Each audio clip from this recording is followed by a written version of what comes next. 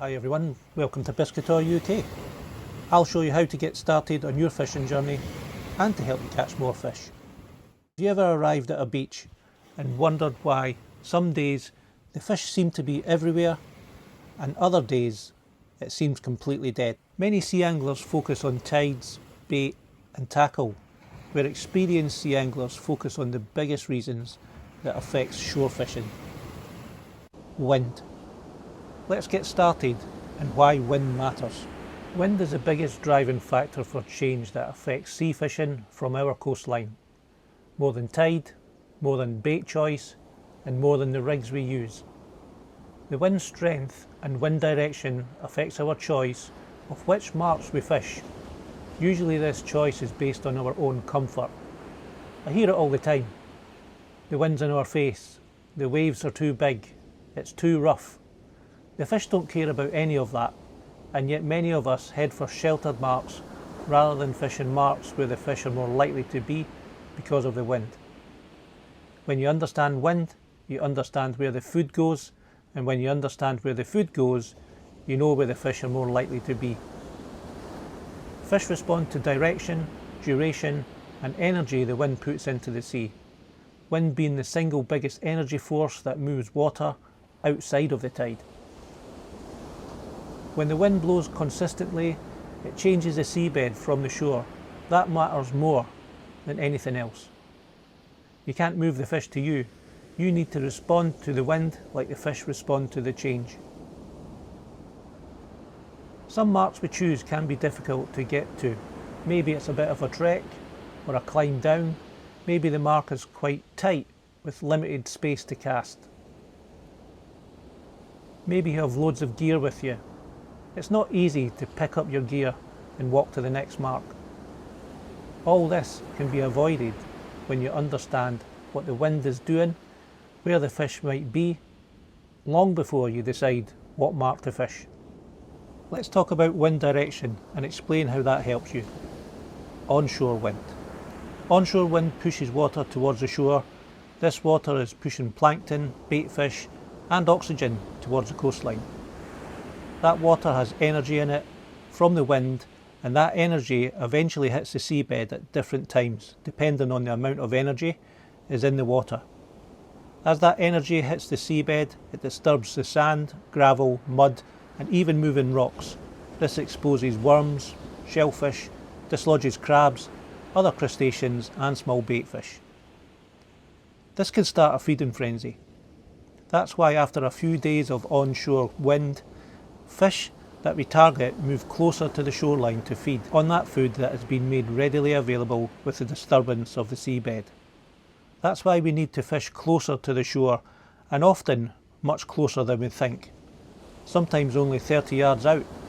That water can often be discoloured or even dirty, which gives the fish more confidence to feed in the shallow water, even in daylight. Just remember, the fish are not there for the rough water. They're there because the food is available. Offshore wind. The wind pushes surface water away from the coast. Shallow water often clears, the sea settles and the food settles. Energy and movement of the water reduce often causes the sea to flatten. With wind at your back and calmer clear water, fish often pull back from the coast and settle into deep gullies or hold tight to rock structure and reefs, or move further along the coast to find flow and food. Crosswinds. Crosswinds travel along the coastline rather than directly towards or away from it. These conditions can be very productive depending on the venue. Crosswinds create currents that move food along beaches and rock marks. Fish often patrol these feeding lanes. Some beaches fish exceptionally well with a moderate crosswind because it creates enough movement without making conditions unfishable. Learning how your local venues respond to crosswinds is valuable knowledge that only comes from experience. Water clarity and fish behaviour.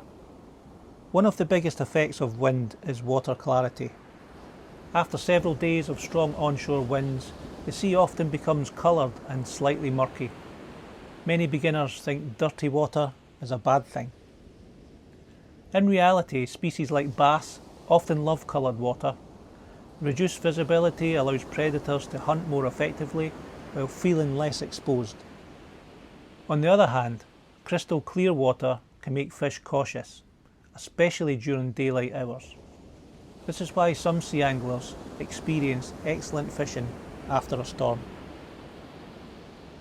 Let's talk about how wind affects different shore marks. On beaches, onshore wind and crosswinds deepens gullies, strengthens tidal flow. That concentrates food into specific lanes, and fish patrol these lanes, not the whole beach. When it comes to rock marks, wind creates pressure, so upwind rock faces get battered and downwind rock faces create shelter. With that, fish very rarely sit in the full force of the water. Fish will position themselves just out the full force to conserve energy, where food is delivered to them with minimum effort. On piers and long rocky outcrops, wind direction decides which side produces. One side funnels food and flow, and the other side will often go quiet, even though it looks more fishable. This is why turning up and casting blindly is an absolute waste of time. Wind has already made the decision for you before you get to the mark. Most anglers make the big mistake of casting too far out in rough conditions, where water is heavily stirred up and fish are often feeding closer than you think. In calmer settled weather, that's where fish often spread out, so longer casts to deep water come into play. It is important to understand trends and what is happening to the water before your planned fishing day. I use apps like the Windy app, which provides more information than just wind. It includes tide direction and flow, weather, swell, wave height and biometric pressure. We'll discuss those factors on other episodes. Navionics Boating app for water depth, seabed medium, tidal flow and range, and underwater structure, to name a few. Willie's Weather app for weather.